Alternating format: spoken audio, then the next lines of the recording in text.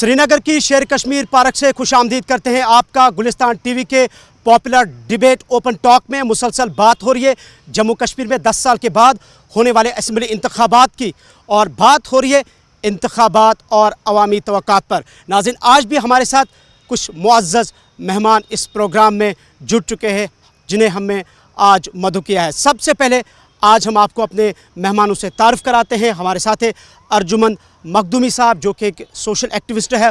उमर जान साहब कांग्रेस को रिप्रेजेंट करते हैं। हमारे साथ है अमित रैना जी जो कि कश्मीरी पंडित हैं, पंडित कम्युनिटी को रिप्रेजेंट करते हैं। हमारे साथ इंजीनियर एजाज हुसैन साहब बीजेपी से हैं और लाल चौक कॉन्स्टिट्यूंसी के उम्मीदवार भी है बीजेपी के।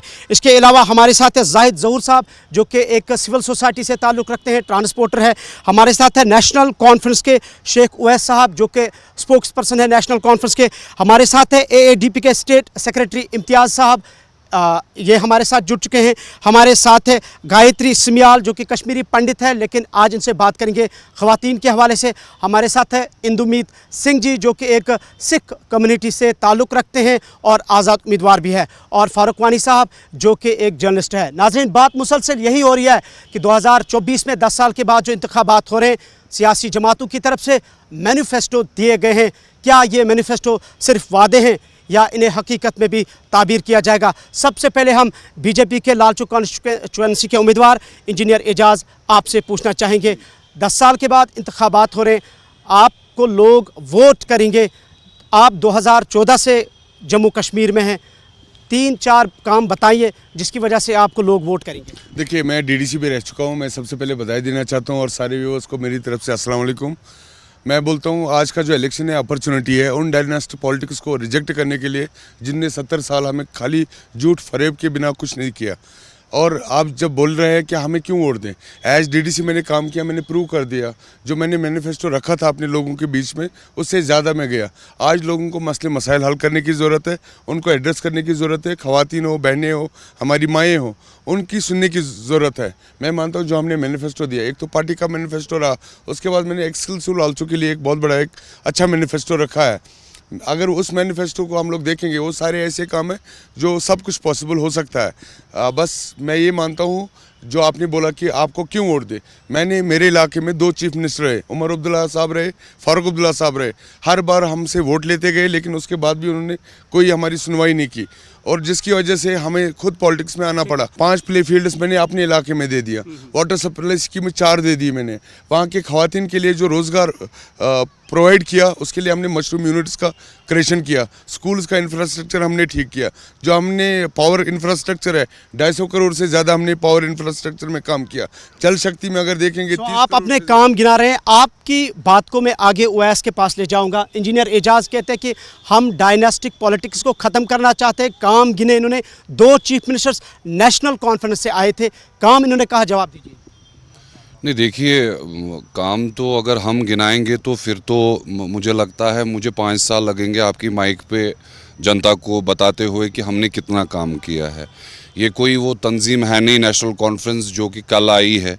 पूरे कौम को, पूरे जम्मू कश्मीर को पता है कि शेख साहब के दौर से लेके डॉक्टर साहब के दौर और उमर साहब के दौर में कितना काम हुआ। ये जो शहर बना है ये तो मैं कहता हूँ ओपन, मैं अपने आवाम को, जनता को भी, देखो छुपा तो किसी के पास कुछ है नहीं। ये जो आज आप माइक लेके, आप सूट लगा के या मैं आपके सामने खड़ा हूँ, ये शेख साहब की देन है, नेशनल कॉन्फ्रेंस की देन है। जो एजाज साहब जो दावे कर रहे हैं कि इन्होंने काम किया, अच्छा है, यूथ है, इन्होंने काम किया है। बट देखिए, मैं एक चीज़ बताऊंगा कि जो इन्होंने 2019 5 अगस्त किस कॉन्स्टिट्यूशन के तहत इन्होंने जो 370 हमसे छीना, 35 से हमसे छीना। देखिए, मुझे एक चीज़ बताइए कि क्या वो गुंडागर्दी नहीं थी? आप एजाज साहब, मैं इनके काम की दाद देता हूं कि ये कह रहे कि इन्होंने काम किया है, माशाल्लाह, अच्छी बात है, अपने इलाके बालहामा में इन्होंने काम किया है। बट इनको देखिए, काम ही कुछ है नहीं, हमारी आइडेंटिटी छीनी गई। ये इनको अभी यमन, मैं कश्मीरी में बोलना चाहता हूँ सो दैट कि अवाम, मेरी अवाम जो वहाँ पे है वो सुने इस चीज़ को।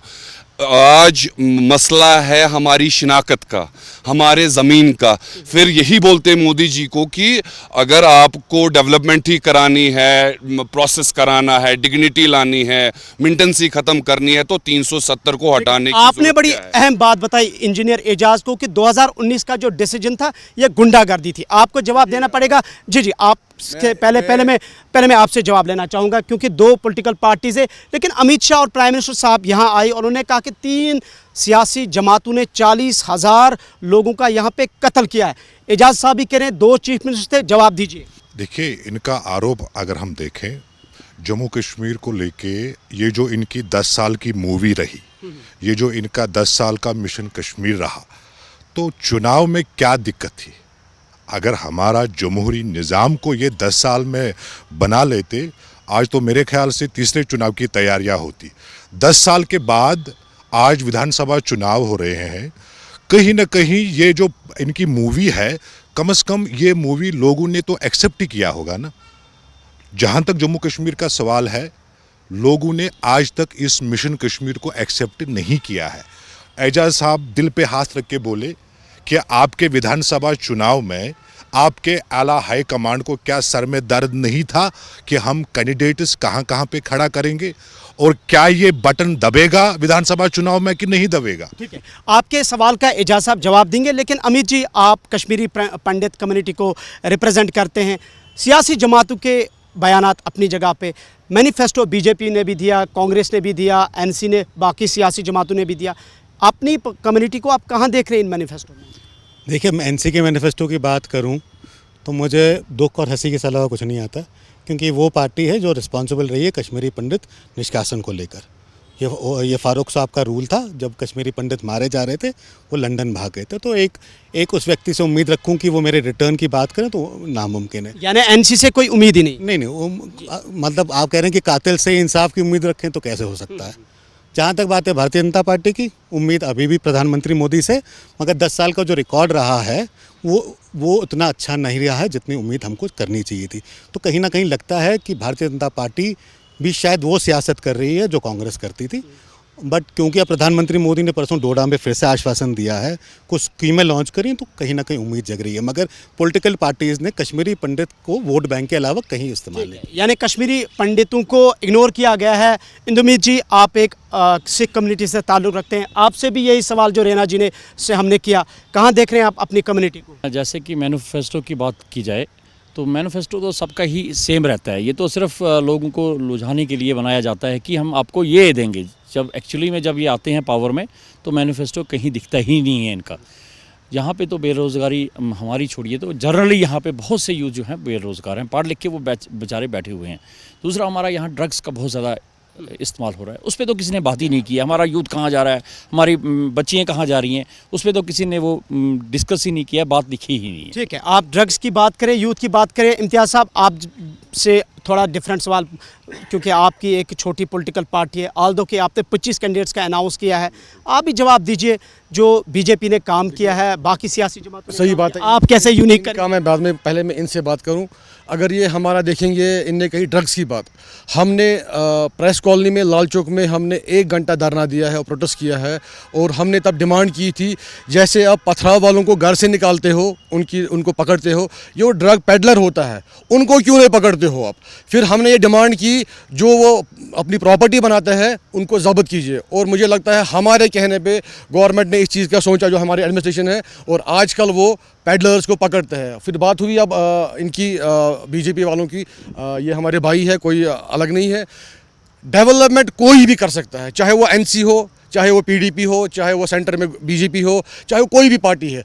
डेवलपमेंट हमारा हक है, ये कोई छीन नहीं सकता है। रोड ये बनेंगे, लेकिन इसके बावजूद क्या इन लोगों ने कभी ये सोचा जो हमारा जवान है बेकार है, उनका क्या होगा? ठीक है, आपकी भी वही बात है जो इंदुमीत ने की। एजाज साहब, आप जवाब दीजिए। गुंडा गर्दी थी 2019 की। मैं एक चीज़ बताता हूँ आपको, इन्होंने 370 को सिर्फ अपने परिवारों को शील्ड करने के लिए रखा था। एंटी करप्शन लॉज जो थे आज तक इम्प्लीमेंट नहीं हो रहे थे। 106 लॉ ऐसे हैं जो धारा 370 हटने के बाद इम्प्लीमेंट हुए। एससी समाज हो, एसटी, ओबीसी का कोटा पूरे देश में चल रहा था, यहाँ नहीं चल रहा था। डीडीसी चुनाव, 3 टायर पंचायत चुनाव पहले क्यों नहीं हुए? इनको किस चीज़ का खतरा था? अब जब धारा 370 हट गई है तो ये लोग इमोशनल प्लैंक्स बोलते हैं। अब भाई धारा 370 हटाना या रखना ये पार्लियामेंट का डोमेन है और सुप्रीम कोर्ट ने ऑलरेडी मोहर लगा दी है। कोई भी पॉलिटिकल पार्टी इस विषय पे बात करेगी, मैं इसको मुनासिब नहीं समझूंगा। मैं ये मानता हूँ ये लोग कन्वीनियंस करने के बजाय लोगों को कंफ्यूज कर रहे हैं। आप लोगों को खुल के बताइए भाई, ये बोल रहे डेवलपमेंट हम भी कर सकते, क्यों नहीं किए उस टाइम? क्यों नहीं हमारे इलाकों में प्ले फील्ड्स था? क्यों नहीं हमारी सड़कें बनी? क्यों नहीं हमारे पानी आया? क्यों हमारे जो बुजुर्ग लोग हैं उनको तो ये लोग 200 रुपये महीने वेतन देते थे, 200 भी नहीं, 79 रुपीज़ जब एनसी का रूल था, 79। सुनो, मैं दावा था कि यहाँ पथराव नहीं हो रहा है। आप देखिए पिछले हफ्ते नेशनल हाईवे पे कैसे पथराव हुआ। अगर यहाँ के लोगों ने बेसिक कम्युनिटीज को लेके प्रदर्शन किया, कम से कम इस तानाशाह सरकार को ये आंखें आप खोलिए। आप देखिए जो आप लोगों का मिशन कश्मीर नया कश्मीर है, हमें तो पुराना कश्मीर ही वापस दे दीजिए। पुराना कश्मीर जी मिलेगा, पुराना कश्मीर नहीं मिलेगा, पुराना नहीं मिलेगा, बिल्कुल नहीं मिलेगा। नहीं मिलेगा। जहाँ आतंकवाद होगा, अलगाववाद होगा, सेपरेटिज्म होगा, उस चीज को हम लोग कभी बर्दाश्त नहीं पुराना कश्मीर नहीं मिलेगा। आपको 370 का हटने का सबसे बड़ा फायदा बताऊं, ये इतने सारे लोग जो आज खड़े हैं ना इस पार्क में, ये 2014 में था, उससे पहले कभी था। आज 35 साल के बाद इस स्टेट में सही में इलेक्शन हो रहा है। 2014 के बाद इलेक्शन नहीं हो रहा है, 87 के बाद आपके पास इलेक्शन हो रहा है जिसमें ना बंदूक का डर है, जिसमें ना किसी और का खौफ है, ना आपके पास वैसा आपको जवाब देना चाहता अरे क्या प्रोपेगेंडा आप कह रहे हैं कि ये हमारे पंडित बरादरी से है। हमें बताइए, पंडित बरादरी में उमर साहब के दौर हो, डॉक्टर साहब के दौर हो, हमने कितना चाहा कि पंडित बरादरी वापस आए, और हमने वो चाहे कांग्रेस के दौर में भी हमने चाहा कि वो आए और वो आए भी। एजाज कह रहे हैं नया कश्मीर है, पुराना कश्मीर हमें नहीं। देखिए मैं एक चीज़ बताऊंगा, एजाज साहब का नया कश्मीर जहां पे अनएम्प्लॉयमेंट रेट 12% की थी, वो आज 45% पे अनएम्प्लॉयमेंट, यूथ बेचारा जॉब के लिए तरस रहा है, महंगाई आसमान पे है। देखिए अगर ये देश की बात कर रहे हैं, आप मुझे बताइए, पहले इनको जवाब बताइए। ये मुझे कह रहे हैं कि उससे जी इतने लॉज इंप्लीमेंट हुए, वो जी खानदानी राज था। मुझे एक चीज़ बताइए आप पहले, किस जगह पे दुनिया में हमारा मजाक बनाया गया 370 को लेके प्रॉपर अनकॉन्स्टिट्यूशन तरीके? एजाज इस पे जवाब देंगे। जी जी जी जी मैं इनको बताना चाहता हूँ, मैं एनसी के तमाम और जम्मू कश्मीर के सब देखने वाले से सवाल करता हूँ। धारा 370 का मतलब था कि जो पार्लियामेंट में पास होगा, असेंबली उसको पास करेगी, तभी हम यहाँ एक्सेप्ट करेंगे। ये मुझे एक लॉ गिनाए जो पार्लियामेंट में पास हुआ, धारा 370 हटने के पहले इन्होंने पास नहीं किया। जीएसटी तो पहले भी था, किसने लाया? Prime minister Indira Abdullah accord किसने किया? प्राइम मिनिस्टर से सीएम किसने बनाया? इनको जवाब देना पड़ेगा, जवाब देना पड़ेगा। जी ज़हूर साहब, आप एक स्टेक होल्डर है, सियासी जमातों की बातें अपनी जगह पे, इलेक्शन 10 साल के बाद हो रहे हैं, मसाइल क्या है, मैनिफेस्टो आपने देखा, जवाब दीजिए। देखिए, फैक्टर्स और फिगर्स में बहुत फ़र्क होता है। एक तो जो आंकड़े हम गिनते हैं ना उंगलियों पे, उसमें और करने में और फैक्टर्स ढूंढने में बहुत फ़र्क होता है। मैं ट्रांसपोर्ट सेक्टर से बिलोंग करता हूँ। मुझे बोले कि किसके मैनिफेस्टो में ट्रांसपोर्ट सेक्टर के लिए कुछ है। चले, मैं आज का सवाल इंजीनियर एजाज साहब से ही करता हूँ, क्योंकि अभी बीजेपी में ये है, बीजेपी के ये बंदे हैं। मुझे बोलिए मेट्रोपोलिटन सिटीज़ जो हमारी है ना, जहाँ पे जिनका रेवेन्यू है, जिनका प्रॉफिट है, जो जीएसटी सबसे ज़्यादा बढ़ते हैं, वहाँ पे परमिट फीस 5 साल का 22,000 है और मेरा 1.5 लाख रुपये परमिट फीस है। आपके सवाल का जवाब एजाज को देना पड़ेगा। पूरी सुनिए। और एक सवाल सबसे, हमारी जो छुट्टी होती है ना मुस्लिम्स की, it is subject to the appearance of moon. परसों की छुट्टी कहाँ थी? दोनों सवालों का जवाब एजाज को देना पड़ेगा। लेफ्टिनेंट गवर्नर इंतजामिया है, पहले आप जवाब दीजिए। जो दोनों सवालों का जवाब देंगे। फिलहाल बीजेपी का रूल है, इन्हीं को जवाब देना। ट्रांसपोर्टर्स की जहाँ तक बात है, हम इनको आश्वासन करना चाहते हैं। ट्रांसपोर्टर्स को इन्होंने हमारे नोटिस में लाया कि बाकी राज्यों में कम फीसें है, यहाँ पे ज़्यादा लेते हैं। मैं इनको आश्वासन करता हूँ, हमारी नोटिस में आया, हम इसको ठीक करेंगे। जब 15 साल के बाद, बात सुनो ना, अब जवाब आने दो। क्या ट्रांसपोर्टर्स आप जवाब हड़ताल हो रही थी, ट्रांसपोर्ट बंद था, आज ट्रांसपोर्ट खुल रहा है। आज सारी हमारे यहाँ टूरिस्ट आ रहे, 2 करोड़ से ज्यादा टूरिस्ट आए। क्या टूरिस्ट गाड़ियां नहीं लगी? सवाल मून का हो रहा है कि जो हमारी हॉलीडे थी उसको क्यों कैंसिल किया?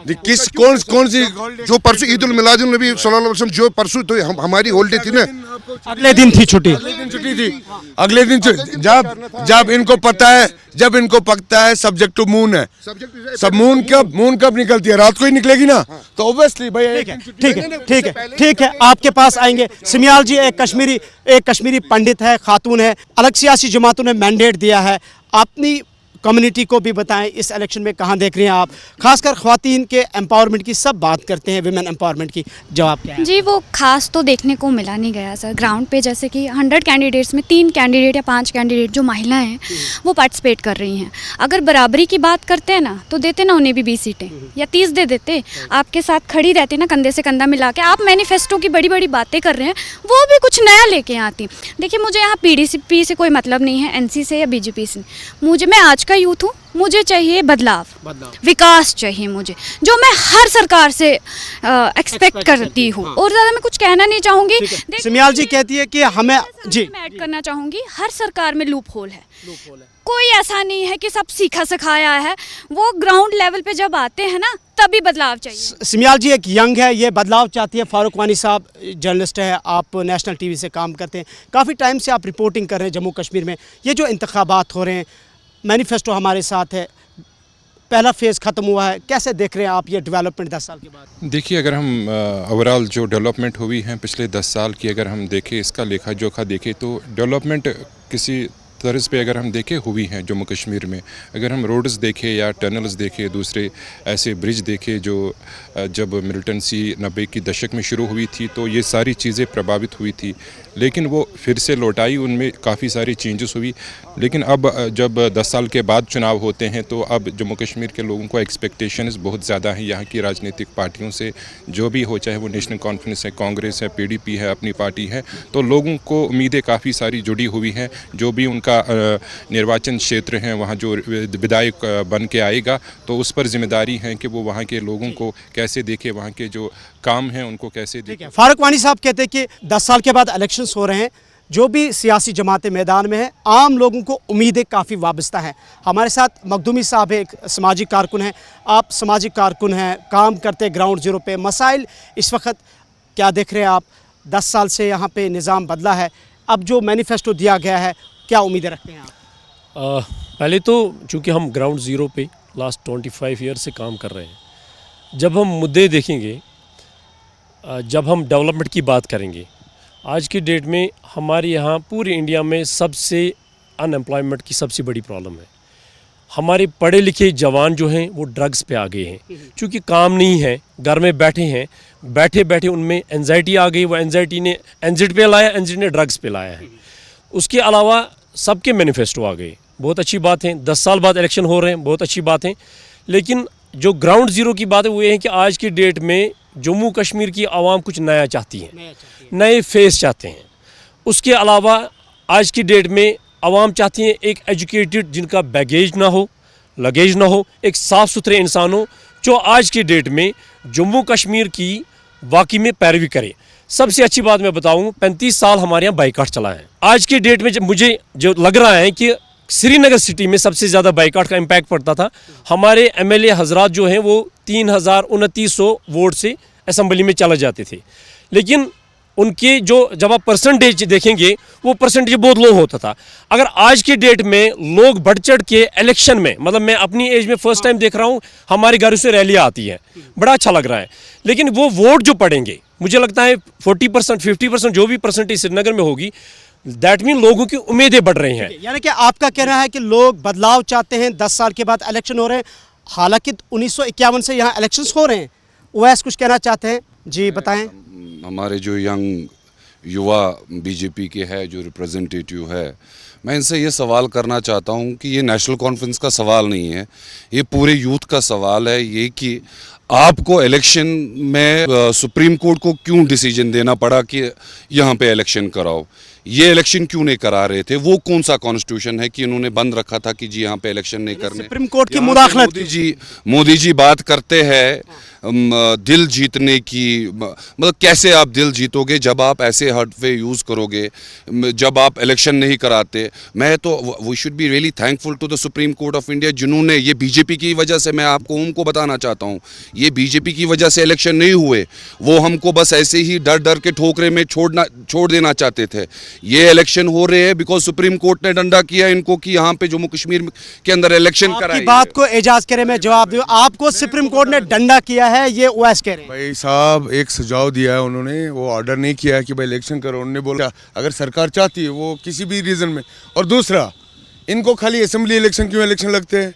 क्या डीडीसी के इलेक्शन हमारे इलेक्शन नहीं है? क्या पंचायत में आए हुए लड़के चुनाव में जो जीत के आए क्या वो इलेक्शन नहीं है? अरे भाई साहब, इनको कुछ परिवारों को सीट पे बिठाने की आदत है। इनको लगता है वो बैठ जाएंगे तभी चुनाव है। अगर नहीं अगर गरीब का बंदा चुनाव जीत के आता है, एक ड्राइवर का बेटा चुनाव जीत के आता है, कोई गरीब जनता चुनाव जीत के आती है तो इनको परिवार। मुझे एक चीज बोलो, डीडीसी के चुनाव क्या इनको चुनाव नहीं लगे? 280 यहाँ यंग फेस आए। क्या पंचायत के चुनाव 35,000 पंचायत के चुनाव हुए? और दूसरा, मैं इनको बताना चाहता हूँ, वो दिन गए जब आप एमपी इलेक्शंस में आपका हाल क्या हुआ, वो आने वाले असेंबली इलेक्शंस में आप सुनिए। जो हमारे एनसी के इनके पैटर्न है उमर अब्दुल्ला साहब, वो तो कस्में खा रहे थे। उसने मुझे लगता है झूठ की दुकान खोली है। वो हर बार झूठ बोलते हैं। वो बोलते हैं भाई हम चुनाव में हिस्सा नहीं लेंगे, उसके बाद 2-2 सीटों पे उठते हैं और ऐसे टोपी गिराते हैं। मुझे आपको जवाब देना चाहते हैं, चूंकि आप अलायंस का हिस्सा है इसलिए शायद आपने उंगली खड़ा की। नहीं, देखिए एजाज साहब का कहना, सबसे पहले मैं भारतीय जनता पार्टी का जो जम्मू कश्मीर यूनिट है इसमें मुझे कन्फ्यूजन लग रहा है, पहली बात। और दूसरा, हमारा एक मुल्क का बड़ा एक इंस्टीट्यूशन है जिसको हम पार्लियामेंट कहते हैं। दे वर hijacking by the Bharatiya Janata party. लोगों की जो तमाम नज़रें हैं पूरे देश भर की, वहाँ तकदीर का फैसला होता है जो भी प्रदेश हो। लेकिन जम्मू कश्मीर में इन्होंने जितने भी सारे स्लोगन चलाए, जैसे हमारे साथी ने ट्रांसपोर्ट की बात करी थी, एजाज साहब ने यहीं से स्लोगन चलाना शुरू कर दिया। आपके माननीय देश के गृह मंत्री जी ऑन कैमरा बोल रहे हैं कि जनाब हमने स्लोगन चलाया था कि 15 लाख रुपया अकाउंट आपके खाते में जाएगा। इनके माननीय देश के प्रधानमंत्री जी का 56 इंच का छाती आज वो भी नहीं दिख रहा है। महंगाई को लेके इन्होंने बढ़ चढ़ कर मुल्क भर में किया था कि जी अब बदलाव आएगा। कोई 56 इंच का छाती आप कह रहे 56 इंच। आप बताएं। ये हमारे कश्मीरी भाई पंडित है। प्रधानमंत्री क्या होता है? हमारे आपके नहीं है क्या प्रधानमंत्री?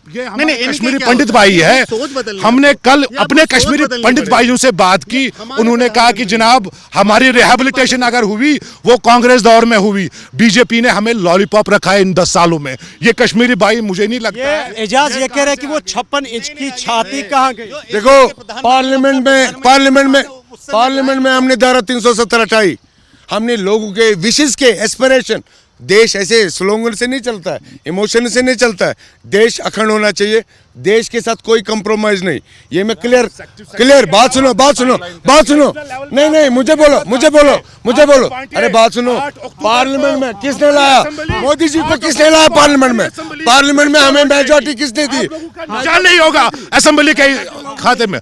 8 अक्टूबर का फैसला आएगा कि भारतीय जनता पार्टी की डिक्टेटरशिप, भारतीय जनता पार्टी की तानाशाह 8 अक्टूबर को सारी 8 अक्टूबर को भारतीय जनता पार्टी की डिक्टेटरशिप आराम से बताता हूँ। पार्लियामेंट में हमने खत्म किया। पार्लियामेंट में किसने भेजा? हमारे लोगों ने भेजा। जो लोगों के हित में फैसले होंगे वो हम करेंगे।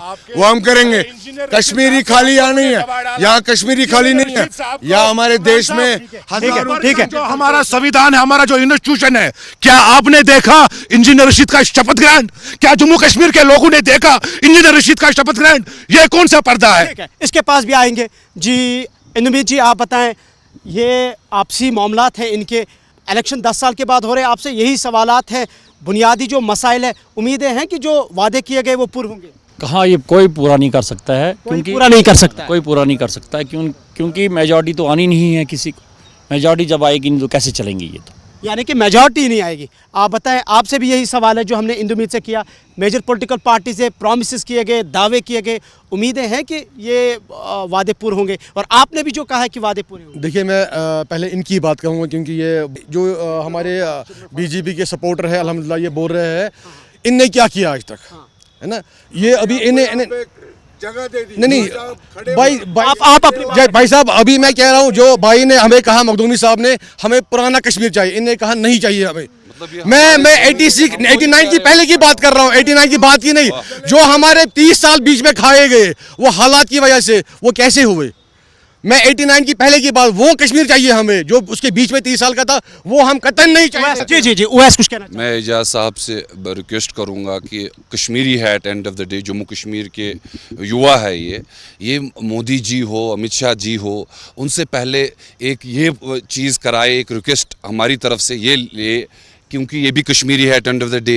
इन्होंने जो ये नौजवानों को 2019 से इन्होंने तिहाड़ जेलों में बंद रखा, एटलीस्ट एक इंसानियत के नाते एक मुंह करे, उनको वापस सेंट्रल जेल लाए और उनको एक मौका दे। पता नहीं कितने कितने आप खुद देख रहे हैं कितने जवान इन लोगों ने जेलों में बंद रखे।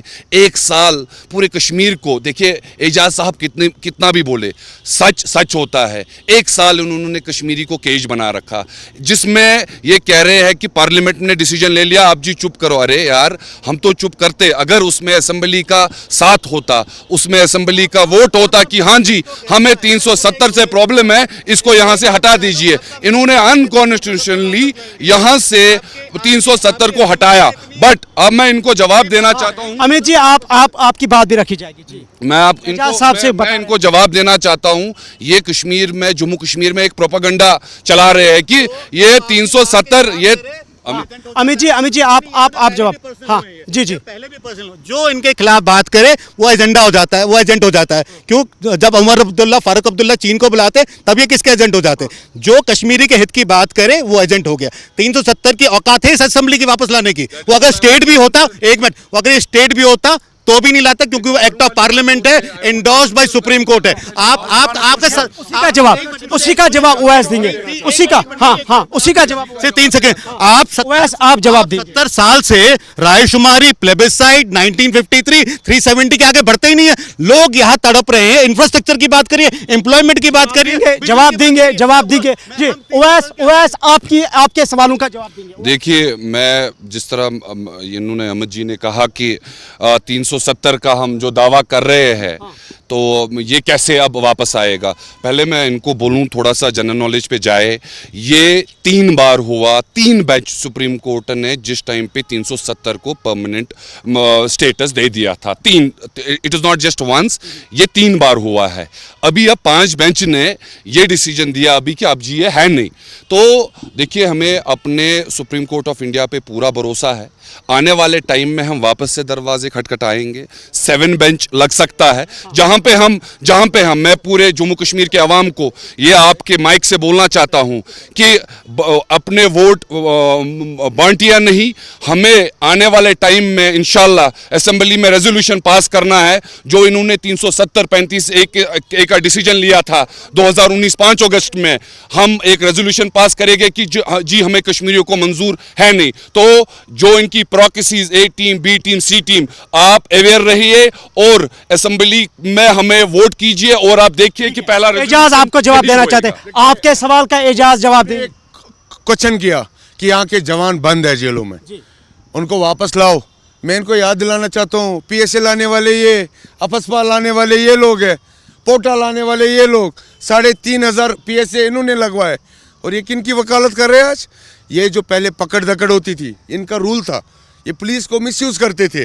जब इनकी सरकारें होती थी, पहले पकड़वाते थे, फिर उनके परिवार जाते थे पैर पकड़ने, तब उनको छुड़ाते थे। जब इनकी सरकारें रही है, आप उसका ग्राफ निकालो, ये कैसे वकालत करेगा? जब इन्होंने पीएसए खुद इंट्रोड्यूस किया, यहाँ पे अफस्पा इन्होंने इंट्रोड्यूस किया, पोटा इन्होंने इंट्रोड्यूस किया, ये कैसे उनकी वकालत कैसे वकालत कर सकते हैं जब आपने पीएसए, पोटा, बाकी काले कवानीन? एजाज साहब को जवाब दीजिए। मैं पहले एजाज साहब को, हाँ आपके पास मैंने एजाज साहब को यही कहा, देखिए पीएसए जो था वो आपको भी पता है। आप ये आज पीएसए को लेके आएंगे, जब वो जंगल चोर हुआ करते थे, ये एक लॉ किया गया था पास उस टाइम पे पीएसए, वही फिर इन्होंने वही हथगंडा इन्होंने हमारे कश्मीरी अवाम पे लगाया। देखिए एजाज साहब, आप हमारे प्रधानमंत्री जो देश के हैं, आप उसके पार्टी रिप्रेजेंट करते हैं, वो बड़े दावा करते हैं हमें जी इंसानियत कश्मीरियत की बात करनी है। यही है इंसानियत कश्मीरियत की बात कि आपने 10 साल यहाँ पे इलेक्शन नहीं किया, आपने अनएम्प्लॉयमेंट रेट 12% से 45% पे पहुंचाई, आपने क्या नया कश्मीर दिया? क्या जहां रही टूरिज्म, मैं टूरिज्म सेक्टर पे भी आना चाहता हूं। जब भी ये देखते हैं कि कश्मीरी यहाँ पे टूरिस्ट आता है, कश्मीर बूम होता है, ये लोग आज तक इन्होंने बात नहीं उठाई कि एयर फेयर, ये अमेरिका वाला एयर फेयर लगा देते हैं। जवाब एजाज साहब को इसका जवाब देंगे। सिमियाल जी, आप कुछ कहना चाहती हैं? देखिए, मैं काफ़ी टाइम से इनको सुन रही हूँ, 370, 35 सारे 370 पे बात पीछे ही पड़ गए।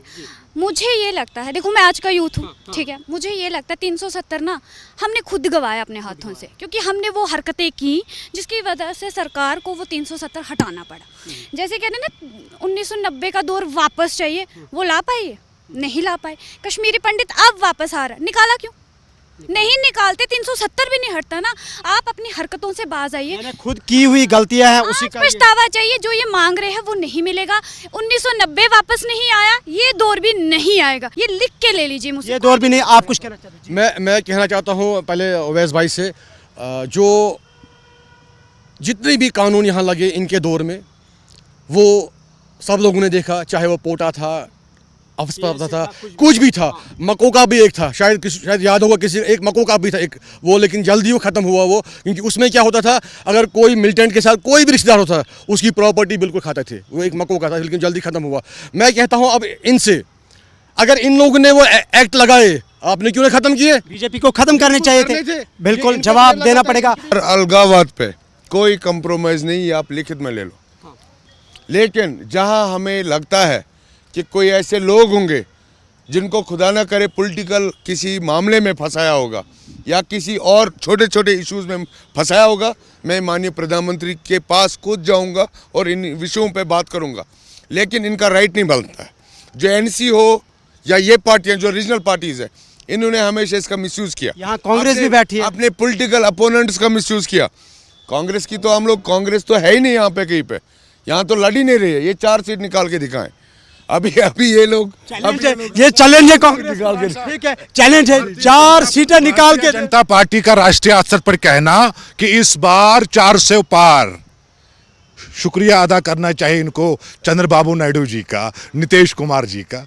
क्या बात कर रहे हैं, किस बहुमत की ये बात कर रहे हैं? बाय एंड लार्ज मुल्क भर के लोगों ने इनको रिजेक्ट किया है। और जम्मू कश्मीर रही बात, इनका जो ये स्लोगन है, झूठा आश्वासन है कि जी मैं आश्वासन दे रहा हूं जम्मू कश्मीर के लोगों को कि मैं माननीय देश के प्रधानमंत्री जी के पास इसका चर्चा करूंगा। जनाब, जब आपके जम्मू कश्मीर यूटी में आपका बीजेपी यूनिट है, जब उसमें आप लोगों का कंफ्यूजन है, आपने जम्मू कश्मीर आपकी बात आ गई हमें। हाँ, मैं आपके पास आऊँ जी। वाली पार्टी अपने आप को बहुत बड़ी पार्टी बोलती है। 240 सीटों पे जो आपका भी जवाब आ गया। इस वक्त जो नौजवानों के मसाइल हैं, क्या आपको लगता है कि इन पॉलिटिकल पार्टीज़ ने अपने मैनिफेस्टो में उन इश्यूज़ को एड्रेस करने की बात की है? नहीं, मुझे वो मतलब ये क्वाइट ऑब्वियस है। अगर हम देखेंगे गवर्नमेंट एम्प्लॉयमेंट कितने बन सकते हैं, सबको गवर्नमेंट जॉब नहीं भी। हमारे यहाँ सबसे बड़ी बात जो एम्प्लॉयमेंट है, अनएम्प्लॉयमेंट है, उसको लिए हमें देखना पड़ेगा। क्योंकि जब बीजेपी इक़्तिदार में आई थी, मुझे याद है उन्होंने बोला था कि हम यहाँ इंडस्ट्रीज लाएंगे, हम यहाँ पे जी कॉरपोरेट को हम बढ़ावा देंगे, लेकिन अभी तक वो ज़ीरो है, उसमें कोई कुछ हुआ ही नहीं है। तो ये सबसे बड़ा मुद्दा हमारा है। उसके बावजूद सबसे बड़ा मुद्दा आज की डेट में है, जब आप कल का ह्यूमिडिटी देखेंगे, दिल्ली में 30, जम्मू में 32, यहाँ 35 से ऊपर था। तो क्या रीज़न है? एनवायरनमेंट का किसी भी पार्टी के मैनिफेस्टो में कुछ लिखा ही नहीं है। एनवायरनमेंट क्राइसिस जो इस वक्त ग्लोबल वार्मिंग है, उसकी बात उस पर भी जाएंगे। जाहिद साहब, आप बताएं, फिर से आपसे यही सवाल, स्टेक होल्डर है आप, अपार्ट फ्रॉम ट्रांसपोर्ट चीज़ों को आप अच्छी तरह समझते हैं, उम्मीदें क्या रखते हैं आप इन सियासी जमातों के इन मैनिफेस्टो से? देखिए, मैं इनको to be honest frank with them, मैं इनको सीधे बोल रहा हूँ कि जो सबके मैनिफेस्टोज हैं ना, ये एक मैनिफेस्टो वैसा है कि घोड़े को घास दिखाते हैं शांत रहने के लिए, मगर मैंने आपको पहले भी बोला, फिगर्स और फैक्ट्स में बहुत फ़र्क है, करने में और दिखाने में आसमान और ज़मीन फ़र्क है। उमर साहब की बात मैं कोट करूँगा, आपको मैं टूरिज़्म के हवाले से बोलूँगा, our tourism is declining day by day. 2 महीने से आप उमर साहब को ये बोले कि किस होटल में टूरिस्ट है यहाँ पे। किस होटल में टूरिस्ट है, कौन सी गाड़ी मूव कर रही है गाड़ी चलने के लिए, टूरिज्म रिलेटेड जो भी गाड़ी यहाँ पे चलती थी इससे पहले, कोई टूरिज्म यहाँ पे नहीं है, बहुत डिक्लाइन पे है, 20% टूरिस्ट भी यहाँ पे नहीं। आप भी उमर साहब की बात को सामने रखते हैं कि सस्टेनेबल टूरिज्म की मेन इशू, पिछली सरकारें सारी गलत थी इनके हिसाब से। 10 साल इनके पास भी आए, 8 साल आए, 2 साल पीडीपी के पास थे। 10 साल में कौन सा गुलमर्ग का होटल आज तक उनकी लाइसेंस रिन्यू हुई? क्या उनको फिर बिल्डोजर चलाने इन होटलों में? मुझे एक से पूरी बात दीजिए ना, पूरी बात मुझे बोले 10 साल से जो भी होटल वाले बेचारे परेशान है, करोड़ों रुपया उन पे लोन है, अभी रिन्यूअल ही नहीं हो रहा है। एजाज जवाब देखिए, मैं बात सुनो भाई साहब, आपका जवाब। ये पहले अपार्ट फ्रॉम पॉलिटिक्स, मुझे मेरा किसी पॉलिटिकल पार्टी के साथ कोई एफिलिएशन नहीं है, कोई टच नहीं। आई एम ए बिजनेसमैन, मैं अपने कमाता हूँ, अर्न करता हूँ, फीड करता हूँ अपनी फैमिली को, और मैं हाँ टैक्स भरता हूँ, every tax I have to pay on time. मुझे बोले कि उन होटल वालों को क्या करना है। आप ही के सवाल का जवाब दीजिएगा। देखिए, इन्होंने पहले बोला कि गवर्नमेंट जो लाती है या कोई मैनिफेस्टो लाती है वो हवा होती है। मैं इनको बताता हूँ भाई साहब, गोल्डन कार्ड की एक बहुत बड़ी एग्जांपल देखो, पूरे देश में जम्मू कश्मीर में गोल्डन कार्ड हर एक व्यक्ति के पास, चाहे अमीर हो गरीब हो। बात सुनो आप देखो, अरे बात सुनो भाई साहब, और बात सुनो भैया, और स्कैम है, अगर स्कैम नहीं, अगर क्या है देखिए, आप देखिए, अगर गोल्डन कार्ड को स्कैम कह रहे हैं, बिल्कुल आप देखिए पेशेंट्स कैसे प्रेस कॉलोनी में प्रोटेस्ट कर रहे हैं, उनका गोल्डन कार्ड जो है रिजेक्ट किया जा रहा है। गोल्डन कार्ड स्कैम लोग, मैंने ऐसे भी परिवार इमोशनल मत हो जाओ, इमोशनल मत हो जाओ। आप उमर साहब बात रख लीजिए, आप अपडेट हो जाइए, अपडेट हो जाइए। ठीक है, आपकी बात को आगे लेते हैं। आपके पास हाँ जहूर साहब आप सुनिए। अरे बेटी बचाओ ये विक्टिम है। 2 दिन पहले की बात है, देखिए गोल्डन कार्ड कैसे चल रहा है। पहले प्राइवेट हॉस्पिटल वाला कोई यहाँ पे गोल्डन कार्ड नहीं लेता, अब लेते हैं वापस, 5-6 दिन बंद किया था। अब उन्होंने अपने टेरिफ्स हाई किए हैं, रूम के वो 2000 चार्ज लेते हैं, आज की डेट में वो बोलते हैं कि आपके चार्जेस 6000 रुपये है रूम के। 3 दिन पेशेंट को रखना है माइनर सर्जरी के लिए 18000 रुपये, वो आपको अलग से पे करने हैं। दैट गोल्डन कार्ड तो रूम की पेमेंट पे नहीं करती है। अब तो वो उसी हिसाब से हमें इन्हीं सवालों का जवाब एजाज देंगे जी। देखिए, ये जितने भाई साहब बोल रहे हैं बड़े परिवारों से आते हैं, इनको क्या पता है गरीब का क्या हाल है। गरीब परिवार, मैं बात सुनो, अरे मैं बोल रहा हूँ ना, फिर अच्छी बात है, मोदी जी का शुक्रिया अदा करो भाई। बड़े लोग भी आज, अरे बड़े लोग, आप ही का इंसिडेंट में बोल रहा हूँ। एक ही हॉस्पिटल में, हॉस्पिटल को नहीं नाम नहीं लेना चाहता हूँ यहाँ पे, 2 दिन पहले जिस रूम को वहाँ पे 2000 रुपये भी मेरे हिसाब से रेंट नहीं होनी चाहिए, उसको 6000 रुपये रेंट लगा के 3 दिन का 18000 रुपये। इसी का जवाब ये देंगे। उमर ने कहा गोल्डन कार्ड स्कैम है। सुनो मेरे भाई, वो इसको जवाब देना चाहते हैं आप? अरे मेरे भाई लोग जो व्यूअर्स होंगे ना, हजारों ऐसी संख्या होंगी। आप हॉस्पिटल्स में रिकॉर्ड देखो, जिन गरीब परिवारों के पास ना कोई बीमार हो जाता था ना, उनको अपनी ज़मीनें बेचनी पड़ती थी, तब जाके उनका इलाज होता था। कितने बुजुर्ग लोग ना बेड पे मर जाते थे यार, उनकी तो तौहीन मत करो आप लोग। और दूसरा ये बोल रहे स्कैम, अगर स्कैम है भाई सरकार देखे, उसके लिए इन्वेस्टिगेशन एजेंसीज है, हमने थोड़ी बोल रहा भाई, उसके लिए हम लोग करेंगे। और दूसरा, बेटी बचाओ बेटी पढ़ाओ, फ्री का गैस सिलेंडर हम लोगों ने दे दिया, फ्री का राशन हम लोग दे रहे हैं। बात सुनो, वैस आपको जवाब देना चाहते हैं। उमर साहब आपके पास आएंगे। एजाज साहब, हाँ आप सुनिए मेरी बात। एजाज को वैस रिप्लाई करना चाहते हैं नेशनल कॉन्फ्रेंस को। देखिए, इन्होंने वो जो स्कीम चलाई थी गैस को लेके, घर घर गैस जी जाएगा, वो जो गैस था वो 300 से 400 रुपए का सिलेंडर था, वही इन्होंने 1200 रुपए पहुंचाया। वो गरीब लाएगा कहाँ से? जैसे हमारे भाई यहाँ पे बोल रहे थे कि जिस हॉस्पिटल की बिल 2000 आती थी उसको 6000 कर दिया, फिर जी गोल्डन कार्ड। ये तो एक स्कैम है, ये इनको भी पता है चल क्या रहा है। रही बात जो इन्होंने एलिगेशंस लगाई कि नेशनल कॉन्फ्रेंस, देखिए हमारे प्रधानमंत्री देश के, वो भी जब परसों आए, या हमारे होम मिनिस्टर कंट्री के, वो परिवारवाद के बगैर उनके पास कुछ भेजने के लिए जम्मू कश्मीर के अंदर कुछ है नहीं। रही बात जो ये एलिगेशंस लगा रहे हैं कि आप देखिए कितनी बड़ी एलिगेशन एजाज साहब लगा रहे हैं, ये पुलिस पे तोहमत लगा रहे हैं कि पुलिस जी उसके उस टाइम पे हमने जी हाईजैक किया था। ये तो मतलब इनको सोच समझ के बात करनी चाहिए कि किस पे आप ये लगा रहे हो। जुनूने आपको जवाब देंगे भाई। इनका कैंडिडेट बताओ, इसकी क्या क्रेडिबिलिटी है? उसके फादर साहब क्या 87 में जब रिगिंग हुई तब डीसी श्रीनगर नहीं थे क्या? बताएं, उनका जवाब ले ले, पूरी जनता ले ले। जवाब देखिए 87 में जब ये रिगिंग की बात कर रहे हैं, बहुत अच्छी बात इन्होंने की। मुझे एक चीज़ बताइए, 10 साल से तो ये गुंडा राज यहाँ पे चला रहे थे, इन्होंने 10 साल से इनको याद क्यों नहीं आया? जरा हम 87 की फाइल जो हम जम्मू कश्मीर के लोगों को बेवकूफ़ बना रहे हैं, 87 गुंडा राज था यहाँ पे, 10 साल से गुंडा राज था। मेरे भाई आज पूरा देश जानता है, और ये जो आपके व्यूअर्स है वो भी जानते हैं। आज हम खुले पार्क में बैठ रहे हैं, किसकी देन है भाई साहब? आज पत्थरबाजी नहीं है।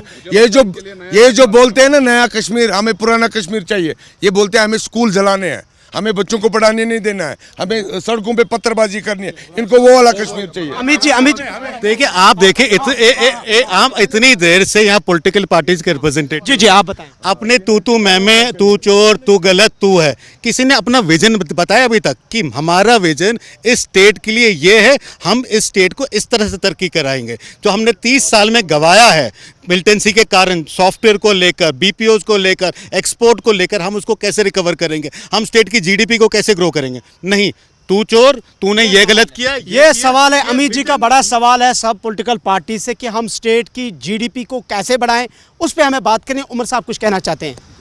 मैं यही कह रहा हूँ कि जो ये पॉलिटिकल पार्टीज एक दूसरे को ब्लेम लगा रही है, ये तो पुरानी हो चुकी हैं बातें, ये ब्लेम पुरानी हो चुकी है। इंजीनियर एजाज साहब, बाकी सियासी जमातें, इंदुमीत जी कह रही है कि जो आप ब्लेम एक दूसरे पे कर रहे हैं ये पुराना हो चुका है, नया सोचिए। नया कुछ दें कौम को, नया यूथ को कुछ दें कि हम कैसे यूथ को डेवलप करें, यूथ को कैसे एंगेज करें, मैं ये ड्रग्स से कैसे बाहर निकालें, और अपना जो जीडीपी है, जो भी हमारा इश्यूज़ है, उसको हम कैसे जीडीपी की बात करें। फारूक साहब कुछ कहना चाहते थे? देखिए, हमने सुना सारा ये जो मंच यहाँ पे सजा, सभी अपने अपने सुझाव दे रहे हैं कि जम्मू कश्मीर में अब हमने क्या किया है अभी तक, जो वसूलियाबियाँ गिन रहे हैं।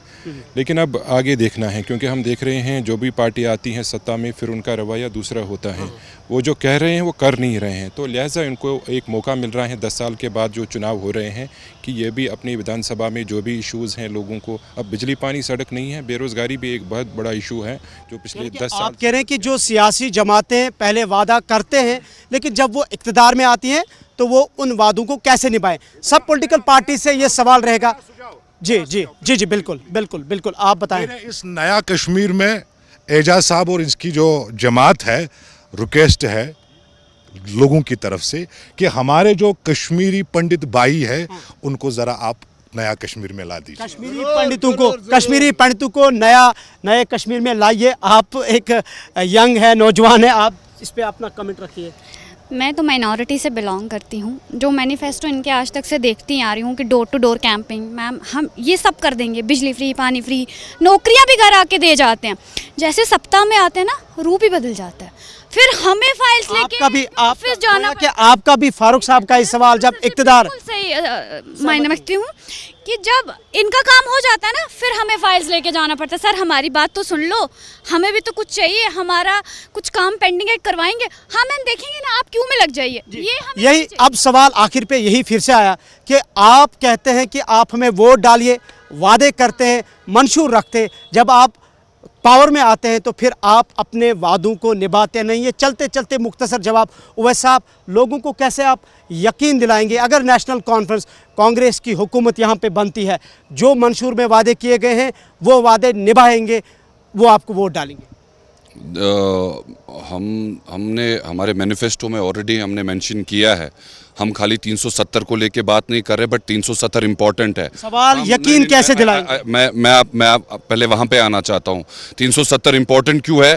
जब कल के डेट पे हमारे पास हमारे लैंड ना रहेगा, हमारी नौकरियाँ नहीं रहेगी, तो हमें एक MLA जब बनता है उसका हक है, उसको करना है। ये बिजली, पानी, रोड ये तो चलते जाएंगे। देखिए, हमें डिवाइड ना करें। मैं पूरे जम्मू कश्मीर के अवाम को बोलना चाहता हूँ, पहले जब हमारी ज़मीनें बचेगी, हमारे जॉब बचेंगे, ये जो हमने वादे किए हैं वो तो हमें करने ही करने हैं। चाहे हमने बिजली का वादा किया है, चाहे हमारे सिख बरादरी से ये ड्रग्स के बारे में कह रहे थे, यूथ इन्वॉल्व है। नेशनल कॉन्फ्रेंस ने, उमर साहब ने, कब का हमने इस चीज़ पे इनिशिएटिव लिया है कि हम ये ड्रग्स मेंस जो है हम ये यहाँ से ख़त्म करना चाहते हैं। कहना है कि उवैस का कहना है कि हम वादे भी निभाएंगे और अपने आइडेंटिटी की तहफ़्फ़ुज़ भी रखेंगे।